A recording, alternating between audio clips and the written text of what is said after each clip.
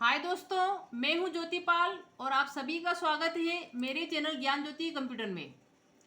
दोस्तों, जैसा कि आपको पता है कि हमारे चैनल पे हम लोग कोर्सेज करवा रहे हैं, कुछ आपको ट्रेनिंग दे रहे हैं, जिसमें आज आप सीखेंगे कि टेली प्राइस सॉफ्टवेयर जो आपको चल रहा है उसमें जो आपको जनरल वाउचर मैंने आपको बताया था दोस्तों पिछली वीडियो में। एक आपको इंट्रोडक्शन दिया था कि जनरल वाउचर का यूज़ हम कब कब करते हैं, कहाँ कहाँ करते हैं। तो आज हम उसमें से एक जो है आपका एडजस्टमेंट एंट्री के थ्रू हम जनरल वाउचर कैसे बनाएंगे, उस पर हम डायरेक्टली टेली पर एंट्री करके देखेंगे। तो दोस्तों बने रहें चैनल पे और पूरा पूरा लाभ उठाएं हमारे इन कोर्सेज का। तो चलिए हम देखते हैं उसको। तो आपको जैसे कि पता है कि हमने पिछली वीडियो में क्या क्या कर लिया था, थोड़ा सा अपन देख लेते हैं। देखो, एक डमी कंपनी अपन लोगों ने बनाई थी, सारे ओपनिंग बैलेंस से डाले थे। ठीक है, आपको लेजर बनाना, ठीक है, ग्रुप कैसे, ये सब आपका हो चुका है। प्ले लिस्ट बनी हुई है दोस्तों, आप उस पर जाके सारी वीडियो देख सकते हैं। उसमें हम दोस्तों वाउचर एंट्री पे अध्ययन कर रहे हैं। उसमें आपका counter voucher, payment voucher, receipt voucher, purchase voucher, sales voucher, debit note, credit note क्या होते हैं। और अब हम जनरल वाउचर की बात कर रहे हैं, जिसमें कि इसका यूज़ क्या क्या होता है, जनरल वाउचर कब बनाया जाता है, उस पर हमने पिछली वीडियो में दोस्तों बात कर ली थी। और आपको ये भी पता है कि ट्रांजेक्शन के नियम क्या है कि असेट्स, लॉसेज, एक्सपेंसेस और ड्राइंग जब भी आपके बढ़ेंगे तो उनको डेबिट करो, जब भी ये घटे उनको क्रेडिट करो। अभी ये बहुत काम आएंगे दोस्तों। अभी आपको एंट्री के दौरान आपको इसका ध्यान रखें कि मैं किस प्रकार से एंट्री करूंगी। इसी प्रकार से अगला नियम है कि लाइबिलिटीज, प्रॉफिट, इनकम और कैपिटल जब भी क्रेडिट होते हैं मतलब इंक्रीज होते हैं, बढ़ते हैं बिजनेस में और जब भी डेबिट होंगे तो डिक्रीज होंगे। ठीक है, तो अब इसमें मैंने आपको जनरल वाउचर की यूजेज बता देते हैं कि कहाँ कहाँ पे यूज़ करते हैं। एडजस्टमेंट एंट्री में, रेक्टिफाई एंट्रीज में, ओपनिंग एंट्रीज में, ट्रांसफर एंट्रीज में, क्लोजिंग एंट्रीज में, या कुछ बैड डेट्स आपके हो गए हैं, या बिल्स ट्रांजेक्शन जो होते हैं आपके रिसीवेबल और पेबल, या कोई असेट्स आपने उधारी पे खरीद ली, उन सब में अपन यूज़ करते हैं। इस पर अपन ने डिटेल में बात करी थी। आज कुछ एंट्री दोस्तों अपन टेली में डायरेक्टली करके देखेंगे। तो आपको पता है कि 31 मार्च को बहुत सारे एडजस्टमेंट किए जाते हैं। ये भी आपको पता है कि हमारी कंपनी का जो फाइनेंशियल ईयर जो चल रहा है वो चल रहा है आपको 2022 से 2023 तक।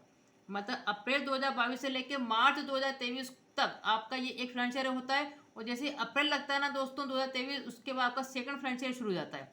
तो आप यहाँ पे ध्यान से सुनना, क्या होता है कि जनरली जब मार्च महीना चलता है उसमें आप एम्प्लॉय ने तो काम करा है दोस्तों, आपको 6,000 रुपये की सैलरी तो उसको देनी है।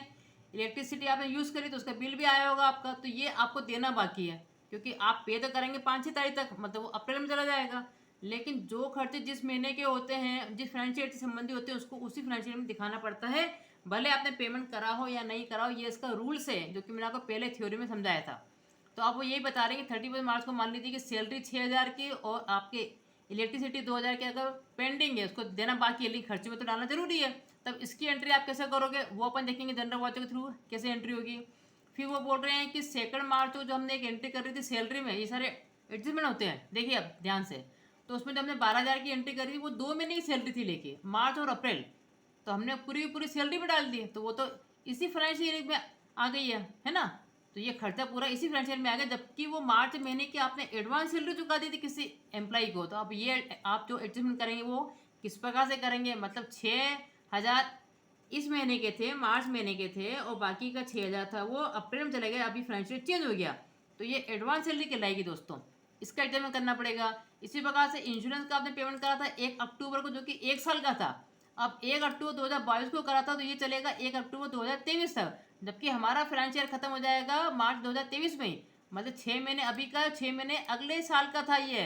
तो ये प्रीपेड इंश्योरेंस आपने चुका दिया, जिसको आपने पूरा की पूरा इंश्योरेंस में डाल दिया है, इसका एडजस्टमेंट आपको करना पड़ेगा। मतलब ये इस अमाउंट को आपको आधा आधा करना पड़ेगा दोस्तों। इसी प्रकार से कोई रेंट अगर आप लेते हैं हर महीने, आपको 5,000 रुपये का रेंट मिला था 1 मार्च को, लेकिन वो 2 महीने का था। सामने वाली पार्टी ने आपको मार्च और अप्रैल 2 महीने का एक साथ चुका दिया था, और आपने पूरा की पूरा इसी साल की इनकम में दिखा दिया उसको। इसको एडजस्ट करना पड़ेगा। तो ये सारी एंट्री आप कैसे करेंगे टेली में, फटाफट देख लीजिए। तो मैं से बाहर निकल रही हूँ, और आपको पता है कि टेली में अपनी कंपनी बनी हुई, डमी कंपनी ये रही आपकी खुली हुई है। तो हम यहाँ पे जाते हैं वाउचर एंट्री पे। ये आपकी वाउचर एंट्री हमने यहाँ पे एंटर करा। सबसे पहले वो बोल रहे हैं कि 31 मार्च को क्या हुआ आपका, तो हमने F2 से डेट चेंज करी, यहाँ लिखा हमने 31/3। और वो बोल रहे हैं कि आपका सैलरी का और इलेक्ट्रिसिटी का पेमेंट करना बाकी है।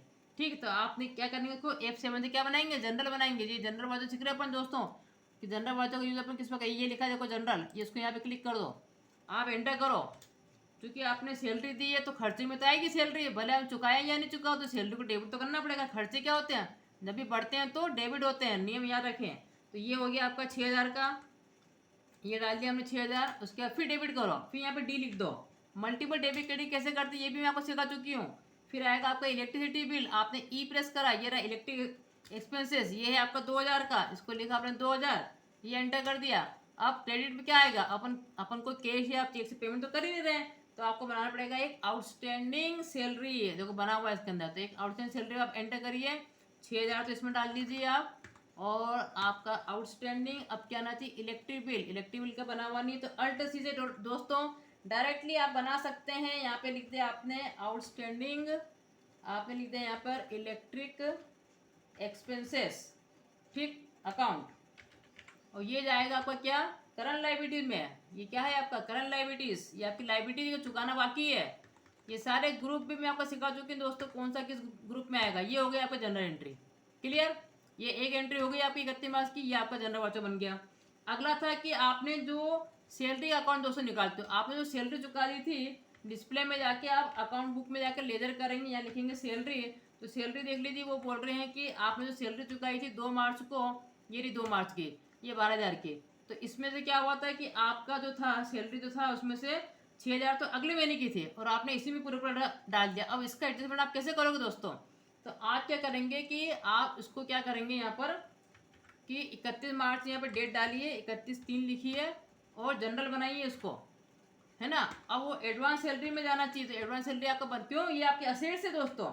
आपने अगला पेमेंट अभी से कर दिया, तो ये लिखा आपने एडवांस, इसकी सेवाएं तो ली नहीं आपने, और जिस भी वैल्यू की सेवाएं लेना बाकी होती है दोस्तों, वो आपकी क्या होती है, असेट्स होती है। तो ये करंट असेट में जाएगा। एडवांस सैलरी क्या है आपकी, करंट असेट, या फिर इसको एडवांस भी अलग से बना हुआ डेली में, आप उसको एडवांस में भी डाल सकते हैं, लोन्स एंड एडवांस असेट्स इसमें भी डाल सकते हैं, ठीक है। तो ये आपने इसमें डाल दिया, और आपने बोला कि भैया इसमें से क्या था, 6,000 तो एडवांस सैलरी के नाम पे था, तो 6,000 तो इसको डेबिट करो, और सैलरी को जो कि आपने 12,000 तक गलती से कर दिया था उसको हटाओ, इसको अपन क्रेडिट कर रहे हैं दोस्तों, ध्यान रखें ये खर्चा था, इसको जब भी आप क्रेडिट कर रहे हैं तो ये कम हो रहे हैं, तो 6,000 को कम करना ही था, ये कहलाती है आपकी जनरल एंट्री। ये क्लियर कट आपको समझ में आएगा, ठीक है। उसके बाद उन्होंने बोला कि हमने इंश्योरेंस को जो चुकाया था वो भी हमारा क्या था, इंश्योरेंस भी हमारा अगले साल का भी था, उसमें 6 महीने का, तो इंश्योरेंस वाली भी एंट्री कर दो दोस्तों अपन। तो अपन फटाफट हम जाते हैं वाउचर पे, यहाँ दिया आपने 31 मार्च, जनरल वाउचर बना हुआ है। अब आपको प्रीपेड इंश्योरेंस बना हुआ है क्या, इसमें नहीं बना हुआ है, आपने अल्ट सी करा, यहाँ लिखा आपने प्रीपेड इंश्योरेंस अकाउंट, ठीक है। प्रीपेड इंश्योरेंस अकाउंट भी आपने लिखा यहाँ पर, और ये भी आपका लोन से एडवांस में जाएगा, इसको आपने एंटर करा, ये एंटर कर दिया। देखो अब इसमें से 4,000 तो अपना प्रीपेड में था, ठीक है, जो कि आपने पूरा ही पूरा इंश्योरेंस में डाल दिया था, अभी के खर्चे में बताया था। तो इंश्योरेंस को जो है, इंश्योरेंस जो आपका इसमें अकाउंट था उसको कम करो, ये देखो अपने आप में 4,000 का अमाउंट आ गया, पहले आपने को 8,000 से कर दिया था, ठीक है। ये इसको बोलते हैं एडजस्टमेंट करना, ये सारे आपके एडजस्टमेंट एंट्रीज है। उसके अलावा आपको रेंट ही मिल गया था दोस्तों, तो रेंट के लिए आप क्या करेंगे यहाँ पे, जो कि आपका 5,000 का मिला था, जो कि अगले महीने का भी आपको अभी के भी मिल गया, अब ये आपकी लाइबिलिटी बनती है कि उसको सेवाएं देना बाकी है। तो अब क्या करेंगे, आपका जो अनएक्रूड रेंट जो था ना दोस्तों, जो कि आपकी लाइबिलिटी थी, समझ रहे हैं, तो आपने क्या कर पूरी पूरी रेंट में बता दिया, तो रेंट जो पूरा की पूरा आपने रेंट जो आपको रिसीट हुआ था वो आपने पूरी पूरी इनकम बता दी थी, तो इनकम को अपन यहाँ डेबिट कर रहे हैं, तो ये कम होगी कितने से, 2,500 से। पूरा अमाउंट आपने 5,000 का उसमें डाल दिया था गलती से, कोई लिखा हुआ है, इसको 2,500 से कम करो, ये 2,500 से क्या हुआ हमको अगले उसका अभी से मिल गया, तो अनअक्रूड आपको बनाना पड़ेगा दोस्तों। तो यहाँ लिखा आपने ACCRUED अनएक्रूड रेंट अकाउंट, ये हो गया आपका अनएक्रूड रेंट अकाउंट। और मैंने आपको दोस्तों अक्रूड अनअक्रूड क्या होते हैं ये सब मैं आपको समझा चुकी हूँ, कौन सी लाइबिलिटी होती है, कौन सी एसेट्स होती है, थ्योरी अगर आपने नहीं देखी हो तो जरूर से देख लेना। ये आपकी लाइबिलिटीज है, क्योंकि इसका पैसा पहले आ गया है, इसकी सेवाएं देना बाकी है, इसलिए आपकी लाइबिलिटी है, ठीक है। तो इसको डालो आप लाइबिलिटीज के अंदर, क्योंकि अगले महीने का आपको अभी से मिल गया पैसा, तो अब आपकी लाइबिलिटी बनती है कि उसको 1 महीना और रहने दें अपने महीने में भी, ठीक। इसको बोलते हैं एडजस्टमेंट एंट्री। ये सारी आपने एडजस्टमेंट एंट्री करी, ऐसे ढेरों होती तो दोस्तों एडजस्टमेंट एंट्री, तो कुछ एंट्री मैंने आज कवर करी है दोस्तों, तो उसको आप ध्यान से समझें। कोशिश यही है कि आपको पूरा की पूरा जो है टैली यहाँ पे सिखा दिया जाए, तो आप बने रहें चैनल पे, इसका लाभ भी लेते रहें, थोड़ा थोड़ा करके यहाँ पे कवर कर रहे हैं। तो सारे वाचर एंट्री दोस्तों मैंने अभी तक आपको कवर करवा दी है। आज आपको जनरल वाचर का एक पार्ट सिखाई दिया कि एडजस्टमेंट एंट्री में कैसे यूज़ करते हैं। आगे भी बस देखते रहेंगे, बने रहें चैनल पर, लाइक करें, शेयर करें, कमेंट करें, सब्सक्राइब करें। Thank you so much.